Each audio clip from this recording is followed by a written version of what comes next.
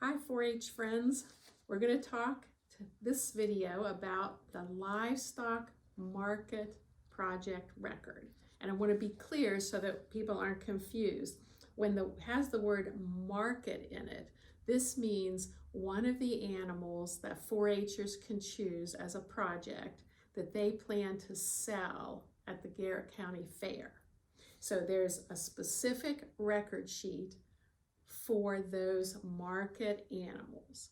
Now, we have another video that talks about all the other projects that 4-H offers. So this one is very specific only to people that have a market project. Now, what those can be is we have the main 4 species that are called livestock market animals. That is beef steers, it is sheep, goats, and pigs, swine. So if you have one of those, it's going to be a market livestock project. Now you can raise those same types of animals as a breeding animal, which means you're raising them to raise other animals, and it's not a market project. This is for the market animals that you tend to sell. We also sell rabbits and chickens. So if you are working towards a pen of rabbits or the chickens that would be sold, then you also use this livestock market project record. We have a lot of people in Garrett County that do this project, so we get a lot of these records.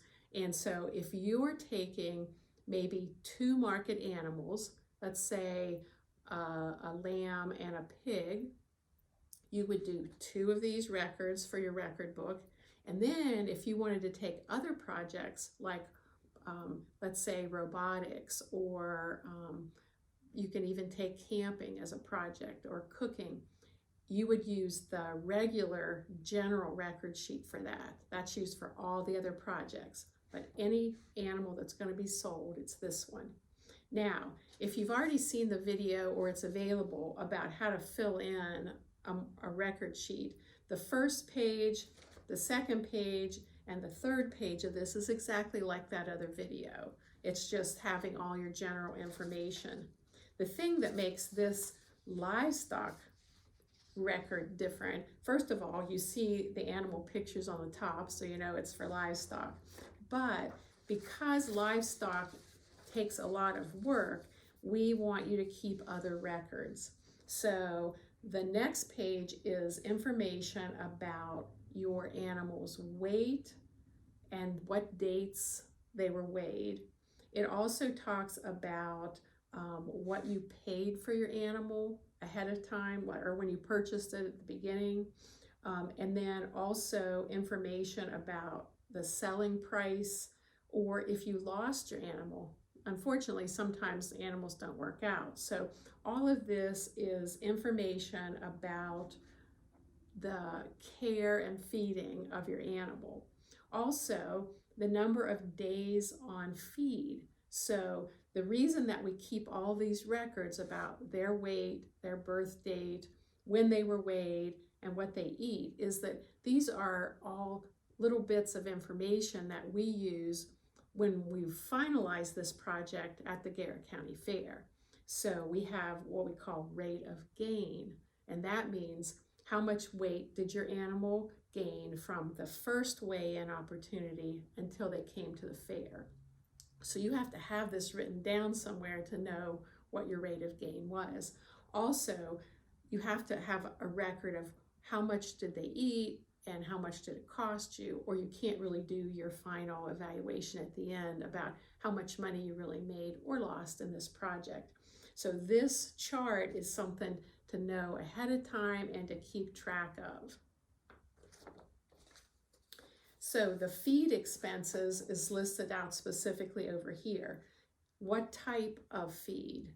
And when our Livestock Association folks review these, they want to make sure that you have learned what you feed your animal. Do they eat grain? Is it hay? Is it silage? You know, what's a reasonable food for this animal to grow well on? You want to keep track of all of that. It has different costs. So then how many pounds were they fed? And so what was the total cost? Now, this can be tricky if you have multiple animals in your household. You know, we don't expect that you go and buy your lamb's feed and keep it separate from your siblings' lamb feed, but you still need to keep enough record that you can divide it out by however many animals and have a pretty good idea of how much they eat and how much it costs you.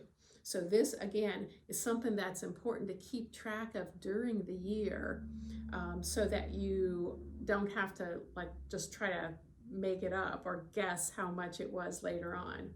But we were looking for a reasonable amount here that makes sense to raise a healthy animal. Then there's feed efficiency. And so this is what I was referencing earlier. To calculate feed efficiency, it's the total pounds gained from the time of weigh-in and tagging until the fair by all the market animals and divide by the total pounds of feed that you fed them. Now, someone could say, well, who cares? Why would you want to know feed efficiency? Well, if you're raising one animal for the fair, maybe that's not that important. But if you're actually learning about raising animals so that you might be a successful breeder in the future, or if you were raising animals on a farm that are going to the sale, this becomes really important. If you have poor feed efficiency, that means there's waste or there's some illness with your animal that they're not processing the feed properly. So it's an important measure if you're really learning about raising animals.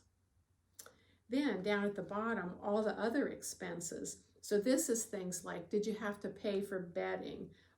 Did you have entry fees in shows, equipment, maybe vet expenses, or supplies for showing, you know, a show stick or a brush or things like that.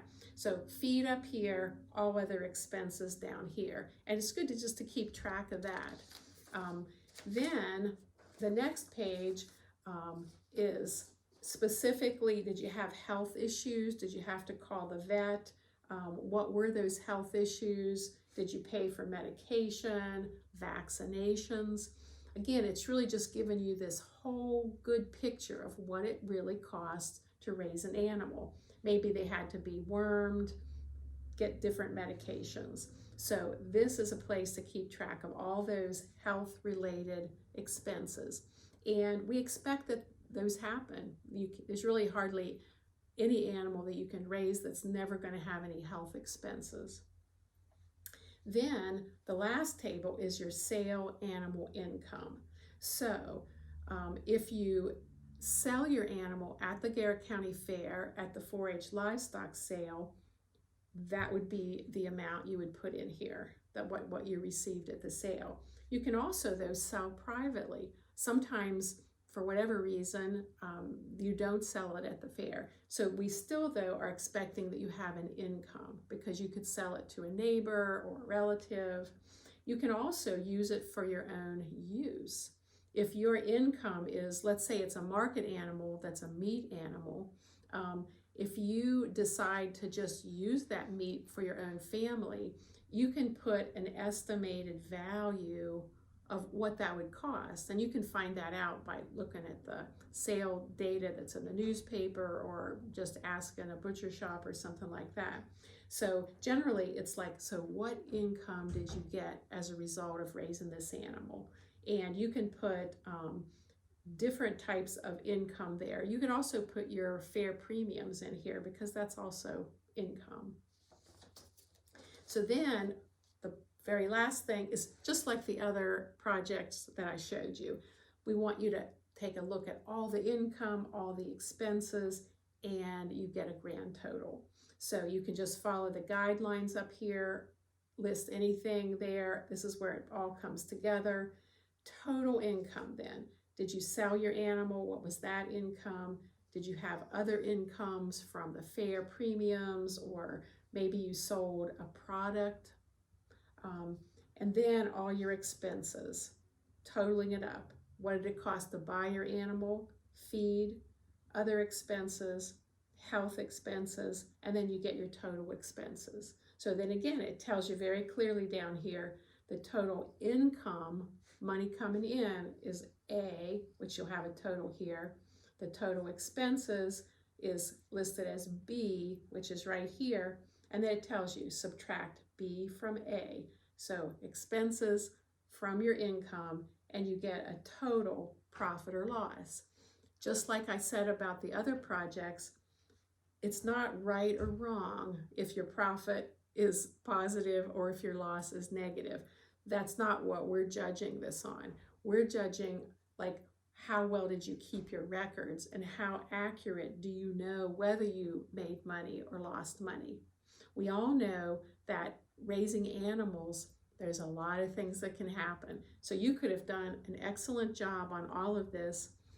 Maybe your animal gets an unexpected illness, and vet costs will have you be in a loss here. It could be a negative number. You still did a great job on the project. You probably learned a lot by going through an experience like that.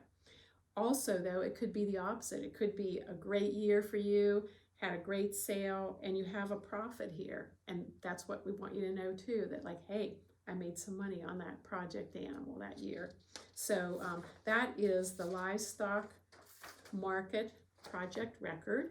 I will say this is required from every member that sells an animal. So if you sold an animal the prior year, or that year, you do have to complete this livestock project record in order to be eligible to sell the next year. So this is an important record to know how to fill it out accurately, and it's a great kind of a year-long summary of your all the effort you have in raising a successful animal.